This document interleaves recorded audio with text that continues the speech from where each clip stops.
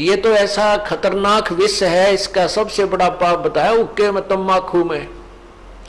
क्या बताते? 100 नारी जारी करे सुरापान 100 बार, एक चलम हुक्का भरे वो डूबे काली धार। ओहो, एक परत्रिया के पास गमन करने का कितना पाप बताते हैं। पर द्वारा स्त्री का खोले 70 जन्म अंधा हो डोले, मदरा पीवे कड़वा पानी 70 जन्म स्वान के जानी। और फिर कहते सुरापान मदमासा हारी, गमन करे भोग पर नारी 70 जन्म कटेंगे शीसम, साक्षी साहेब है जगदीशम। ओए होए, परमात्मा आदरणीय गरीबदास साहेब जी अपने भगवान कबीर साहब को साक्षी रख के कह रहे हैं कि जो विकार तुम कर रहे हो ये कितने भयंकर हैं। क्या बताया है कि मदरा पीवे कड़वा पानी और 70 जन्म कुत्ते के जानी। जो शराब पीते हैं एक बार उसके 70 जन्म कुत्ते के होंगे, कंटिन्यूसली 70 जन्म। ओए होए, और फिर क्या कहते हैं? सुरापान मदमासा हारी। सुरापान कहते हैं शराब पीने वाला, शराब पीता है जो, और मांस आहार करता है। और गमन करे भोग पर नारी, जो दूसरे की पत्नी के पास दुराचार करता है, तो उनके साथ क्या बनेगी? 70 जन्म कटेंगे शीसम, साक्षी साहेब है जगदीशम। उन लोगों के 70 जन्म शीश कटेंगे, कि तो बकरा बनेगा, कि तो मुर्गा बनेगा, कि तो वैसे, कि तो गंडासी में आकर कटेगा, कि तो थ्रेसर में आकर नाड़ आ जाएगी। यानी दुर्गति से मौत होगी, बुरे जन्म होंगे। उसके लिए बताते हैं कि 100 नारी जारी करे सुरापान 100 बार। ओए होए, मदरा पीवे कड़वा पानी, शराब पीवे उसके 70 जन्म कुत्ते के होंगे। और ये 100 बार पीने वाला 100 बार पी ले और 100 बार पर नारी गमन कर ले, उनको कितना पाप हो जाएगा? बहुत ज्यादा। कहते हैं उन सबको मिलाकर एक हुक्का पीने वाले को, एक हुक्का भरने वाले को पाप है। पीने वाले गेला तक के बनेगी, क्या बुरा हाल होगा उसका जो केवल भरकर देता है, पीने का सहयोग देता है, उसकी ये दुर्गति। और पीने वाले का तो पता नहीं कितना जुल्म होगा उसके ऊपर। सुरापान 100 नारी जारी करे सुरापान 100 बार, एक चलम हुक्का भरे वो डूबे काली धार। इसलिए मना करते हैं कि तुम हुक्का भी भर के मत देना। उन जो पाप कमा रहे हैं स्वयं भी नरक में जा रहे हैं, और उसमें सहयोगी बना रहे हैं अपने पुत्र पुत्रियों को, पौत्र पौत्रियों को, या पुत्र वधुओं को भी आजकल हुक्का भरवाने लगे। तो कहने का भाव ये है पुण्यात्माओं, ऐसी गंदी वस्तु। गरीबदास साहब कहते हैं यही मूल मंत्र तमाकू ना बोई। इस तमाकू से पीछा छुड़ाने का मूल मंत्र है कि तमाकू बीजा ही मत करो। अब क्या बताते हैं? तमाकू कसीदम तमा मस्त है, लुजित नसीरी कुती न कैफ,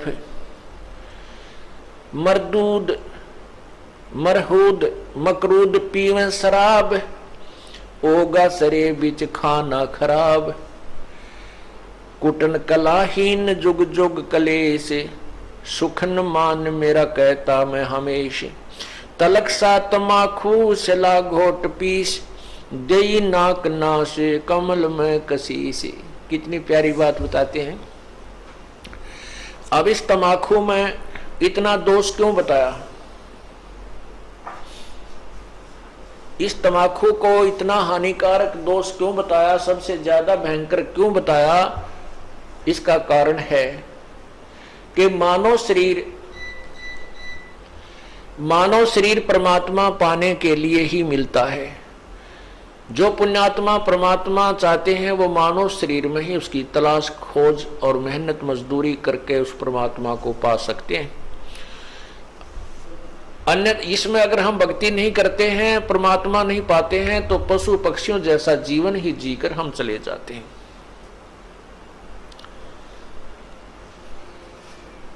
अब ये हमारे शरीर में कमल बने हुए हैं, कमल, इन कमलों में भगवानों का वास है। मूल कमल में गणेश जी, मूल कमल में गणेश जी, और स्वाद कमल में सावित्री ब्रह्मा जी, नाभि कमल में विष्णु और लक्ष्मी जी, हृदय कमल में शिव और पार्वती जी, और कंठ कमल में शेरा वाली दुर्गा जी। तो ऐसे जब हम ये तमाकू पीते हैं या सूंघते हैं, सूंघना भी पाप है, तो उसकी वासना हमारे शरीर में बने हुए कमलों में जाती है और वहां विराजमान भगवानों के को परेशान करती है, उनको दुख पहुंचाती है, वो बहुत दुखी होते हैं।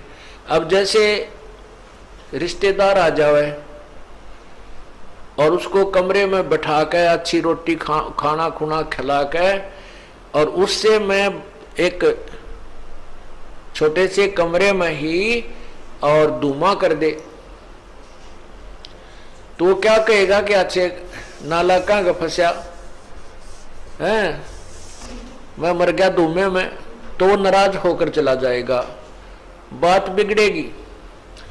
और दूसरा ये है कि जैसे हम तम्बाकू का प्रयोग करते हैं, धुआं बाहर छोड़ते हैं, आप देखिएगा हुक्का पीने वाले के हाथ पर भी निशान पड़ जाता है, और हुक्के की जो वो पाइप होती है उसको भी दूसरे तीसरे दिन साफ करते थे हमारे, ये देखे हमने बुजुर्ग, तो उसमें इसी मोटी मोटी पापड़ी सी उतरती थी, इतना मैल जम जाता था, उसमें गज लगा लगा कर उसको साफ करते थे, धोते थे।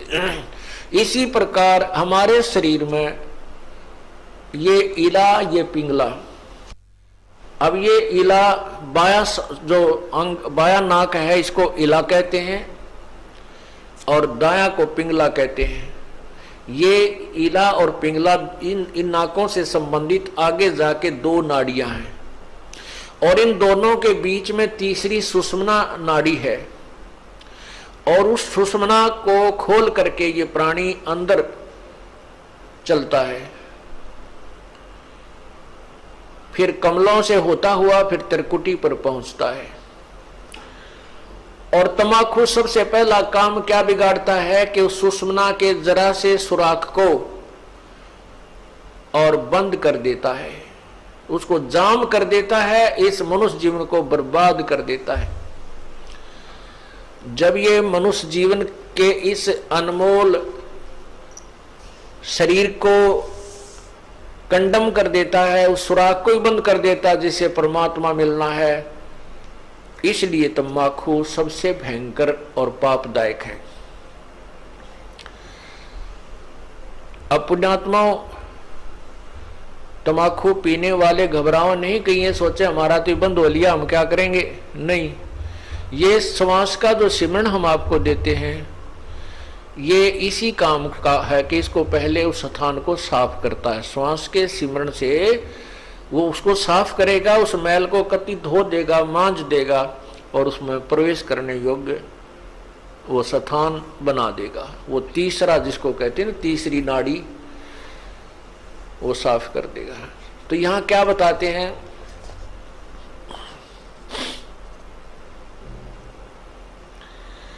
तलक सा तमाकू सिला घोट पीस, दई नाक नासा कमल में कसीस, करी चूर चकना धरा नाम नाश, धरा नाक नाश, 70 घलाई गति 70 सलाई गति काट मास, व्यस्त के दरीबे में जो दीनी दुलद, अगर मूल मौला जहां बसत है प्रसिद्ध, हिंदू तुर्क को जो दीनी तलाक, पीवे तमाकू जो सरे के कजाक।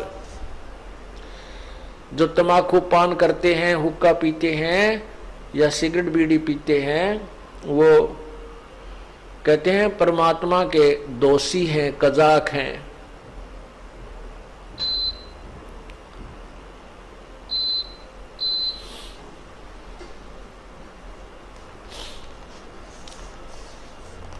अब फिर क्या बताते हैं, हिंदू लोग तम्बाकू प्रयोग करते हैं और उधर से गाय को माता के दर्जे में लेते हैं, गाय को माता मानते हैं।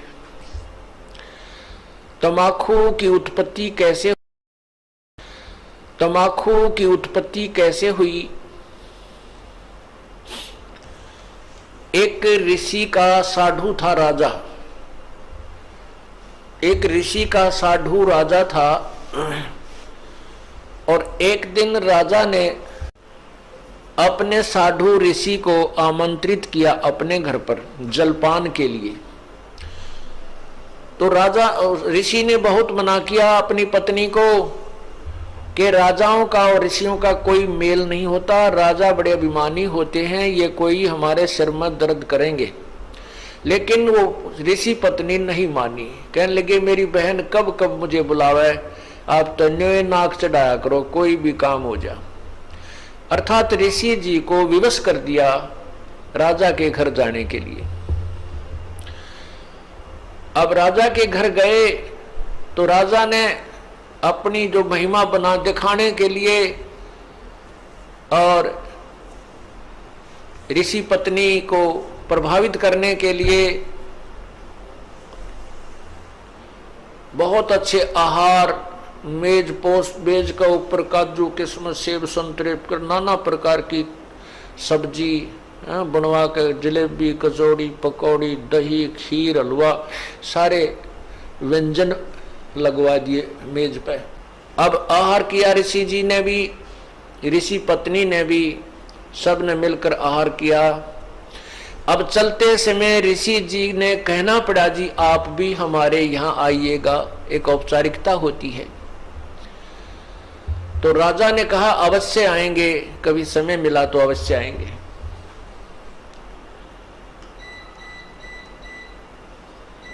एक दिन वो समय मिल गया, राजा ने संदेशा भिजवा दिया कि हम आ रहे हैं।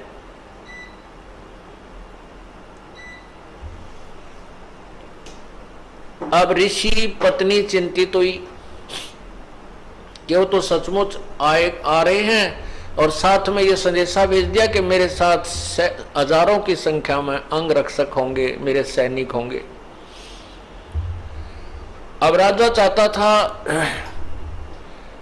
कि ऋषि को नीचा दिखाना, ये एक बूंदी बीमारी है साधु, ये दिखाना चाहता था कि मैंने ऐसे ऐसे आहार कराए हैं और ये ऋषि जी कुछ नहीं करा पाएगा, इसकी मिट्टी पलीत होगी। और परमात्मा कहते हैं कबीरा सब जग निर्धना, धनवंता ना कोई, धनवंता सो जानियो जप राम नाम धन होए। अब ऋषि जी के पास अपने तप की कमाई थी, अपनी साधना भजन की कमाई थी। ऋषि जी ने स्वर्ग से कामधेनु गाय वो उधारी ले ली कुछ समय के लिए और उसको अलग से एक टेंट में रखा हुआ था। उधर से राजा अपने हजारों सैनिकों को साथ लेकर पहुंच गया और ऋषि से कहा कि भोजन की तैयारी करवाओ। ऋषि जी ने कहा जी भोजन तैयार है, आप खाना खाइए।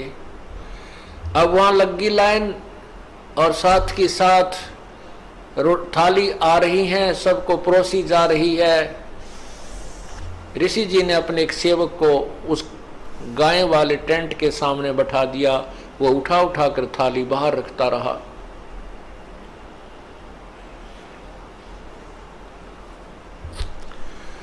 अब जब सब सैनिकों ने खाना खा लिया और ऐसा स्वादिष्ट भोजन उन्होंने कभी नहीं खाया था, तब राजा ने पूछा कि हे ऋषि जी, आपके पास ना कहीं कोई भोजन बनाने की व्यवस्था नजर आ रही है, ना किधर को चूल्हा डाल रखा तुमने, ना कोई हलवाई बुला रखा, ये ऐसा भोजन स्वादिष्ट भोजन कहाँ से आ रहा है?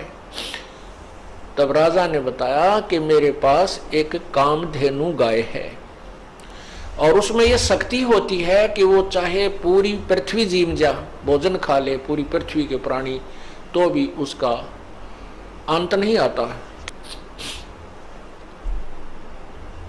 तो राजा के अब साधु की यारी दोस्ती इतनी होती है। अब राजा की नीत में खोट आ गया, नीयत में खोट आ गया। उसने सोचा यू कंगाल क्या करेगा इस गाय का, मैं ले चलता हूं, बहुत ज्यादा सेना है मेरे पास और ये गाय सभी आहार करा दिया करेगी।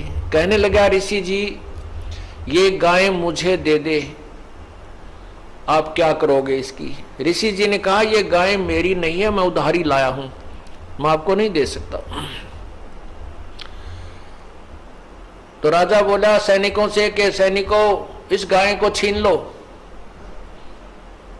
अब ऋषि सोचता है अच्छा नालायक ये तो जबरदस्ती कर रहा है मेरे साथ। तब उस ऋषि ने कहा हे गौ माता आप अपने स्वदेश लौट जाइए, मैं विवश हूं। इतना कहते ही वो टेंट के ऊपरले हिस्से को पाड़ती हुई और गाय आकाश की तरफ, स्वर्गलोक की तरफ चल पड़ी। राजा ने गाय को कंडम करके नीचे डालने के लिए तीर मारा, पैर में तीर लगा और कहते हैं वो गाय का खून रक्त जमीन पर गिरा और गाय चली गई। तो जहां जहां वो खून गाय का गिरा वहीं पर कहते हैं तम्बाकू की उत्पत्ति हुई। अब हिंदू लोग एक तरफ तो माता को इतना प्रिय मानते हैं, गाय को अपना मां के तुल्य आदर देते हैं और फिर मां के खून को पी रहे हैं। क्या बताते हैं, खो नाम खू का तमा नाम गाय, 100 बार सौगंध इसको ना खाए। तमा नाम खू का, खू नाम खून का और तमा नाम गाय, सौगंध 100 बार इसको ना खाए। तम्बाकू, खून, खू का अर्थ खून, खून, तमाखू खून, और तमा फारसी का शब्द है, तमा माने गाय होती है। तमाखू यानी गाय का खून। खू नाम खू का तमा नाम गाय, सौगंध 100 बार इसको ना खाए ना पीवे। कहते हैं आप एक तरफ तो गाय को इतना प्रिय मानते हो, आदरणीय मानते हो, और फिर गाय के खून से उत्पन्न इस तम्बाकू को पीते हो। जितने भी महापुरुष हुए उन्होंने सब विकारों को छुड़वाया है। अब सिख समाज में तम्बाकू कोई प्रयोग नहीं करता, अभी तक भी उन्होंने इस मर्यादा का पालन किया है। लेकिन और सारी बुराई शुरू कर दी, मांस खाव दारू पीने लग गए। देखो बुराई तो सारी त्यागे पार पड़ेंगी। ऐसे ही मुसलमान धर्म के अंदर शराब नहीं छूते अभी भी, और बाकी मांस खाओ और हुक्का पीवे। हिंदू समाज में बीड़ी, शराब, तंबाकू और मांस कभी प्रयोग नहीं करते थे। अब हिंदू समाज में कोई मर्यादाएं नहीं रही, सारे काम बिगड़ गए। तो पुण्यात्माओं ये नए सिरे से समाज सेट किया जाएगा और इसी तरह ये समाज सुधार और आत्म कल्याण प्रारंभ होता है। उन महापुरुषों ने भी कठिन प्रयत्न किए थे, परिश्रम किया था समाज को बुराई से दूर करने के लिए। आज भी वही चल रहा है और बहुत निर्मल समाज बन रहा है। छोटे छोटे बच्चे भी ये पूछते हैं, एक बार मेरा हाथ लग गया, मेरे पापा की गोद में बंडल था, महाराज जी मेरा नाम तो नहीं टूट गया। रो रहा था वो बच्चा। मैं कहा बेटा ऐसे नहीं टूटता, वो तो वैसे लग गया हाथ, गंद का समझ लो भाई, गोबर में हाथ लग जा धो ले अपने ने। हाँ उसको उठा के देना, ला के देना, पीने हुक्का भरना, उसमें नाम टूट जाएगा, वो खंड हो जाएगा। तो पुण्यात्माओं जो छोटी सी उम्र में इन बच्चों को ऐसा भाव बन गया कि ये इतनी बुराई है कि इसको हाथ लागने से भी हमारा धार्मिक कर्म बिगड़ जाएगा, तो आने वाली इनकी संतान तो कति देवता पैदा होंगी। ये समाज भी सुधर रहा है और जीव कल्याण का मार्ग भी प्रशस्त हो रहा है। खो नाम खो का तमा नाम गाय, सौगंध 100 बार इसको ना खाए। गधे समान कौआ कर्म के कुलीन, और पीवे तमाखू जो काल के आधीन। चिदानंद चित्त में जिस्म दर जहूर, अधम पाप पापी भय सवाना सूर। नजला फिरे नैन बिंद को विध्वंस, नसनाद नाड़ी दम ही नसमास।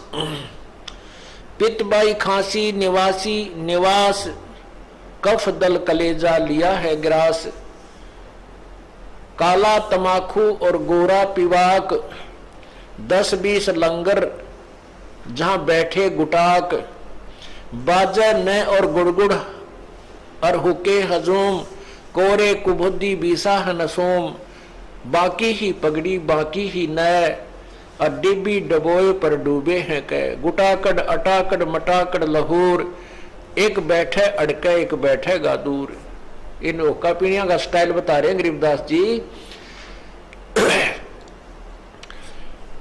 ओका भर के बैठ जाएंगे, एक तो उड़सी बैठ जाएगा, लड़ सरकाइए थोड़ा सौरे ने। एक बैठेगा अड़के एक बैठेगा दूर, और गड़ोड़ गड़ोड़ गड़ोड़ कति खूब खींच कर वो तमाखू प्रयोग करते हैं। और आप डूबे और ओके पर बैठ के क्या बतलावें, सब पता है आपको। पता नहीं के बातें शुरू कर देते हैं, राजनीति की, बिराना किसी पड़ोसी की, किसी की हुंडी अच्छी, इस तरह की बातें वहां हुक्का पीते हुए बातें करते हैं। क्या कहते हैं, काला तमाखू गोरा पीवाक, 10-20 लंगर जहां बैठे गुटाक। 10-20 इकट्ठे हो जाएंगे ओके के दौरे के। बाजे न और गुड़गुड़ और हुके हजूम, कोरे कुबद्दी बीसा है नसूम। बाकी ही पगड़ी और बाकी ही न, डिब्बी डबोए पर डूबे हैं कै। गुटाकड़ अटाकड़ मटाकड़ लहूर, एक बैठे अड़के एक बैठेगा दूर। तो ऐसे शब्द मान मेरा तो मैं तो कहता हूं तो हे, शब्द मान मेरा मैं कहता हूं तो हे, यही मूल मंत्र तमाखू ना बोइए। इस बीमारी से को जड़ से खत्म करने का मूल मंत्र है कि तमाखू बीजना भी नहीं। आप लोगों ने इस तमाखू को बीज का अपने उसका लाभ भी नहीं उठाना है। एक भक्त कह रहा था जी मैं तमाखू बो रखा है, अब क्या करूं, नाम में लेऊंगा अवश्य।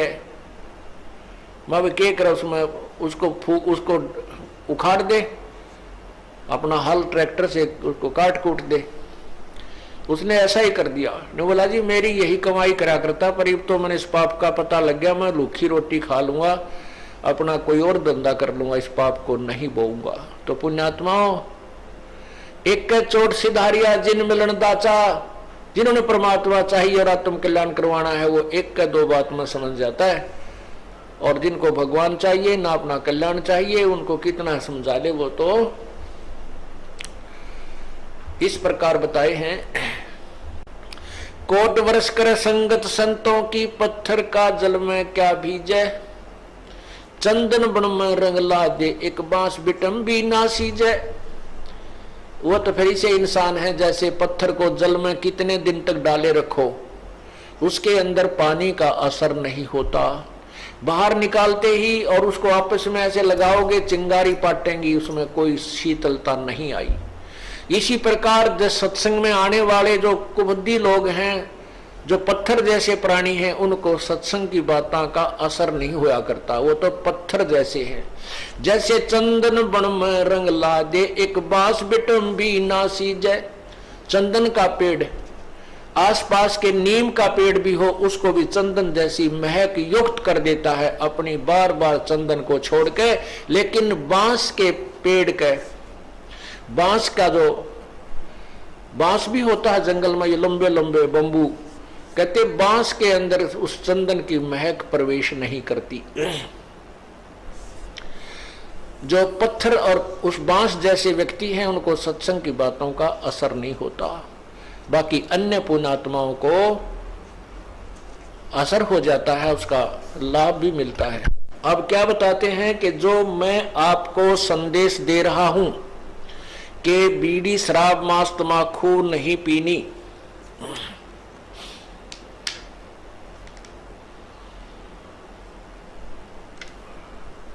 क्या बताते हैं, और इतने उदाहरण दे रहे हैं कि सुरापान मदमासाहारी गमन करे भोगे पर नारी 70 जन्म कटेंगे शीशम साक्षी साहिब है जगदीशम, 100 नारी जारी करे सुरापान 100 बार, एक चिलम ओका भरे वो डूबे काली धार। ये सब ज्ञान इसलिए दिया जा रहा है कि तू इन बातों को मानकर अपना जीवन सफल कर, मेरी आज्ञा का पालन करो।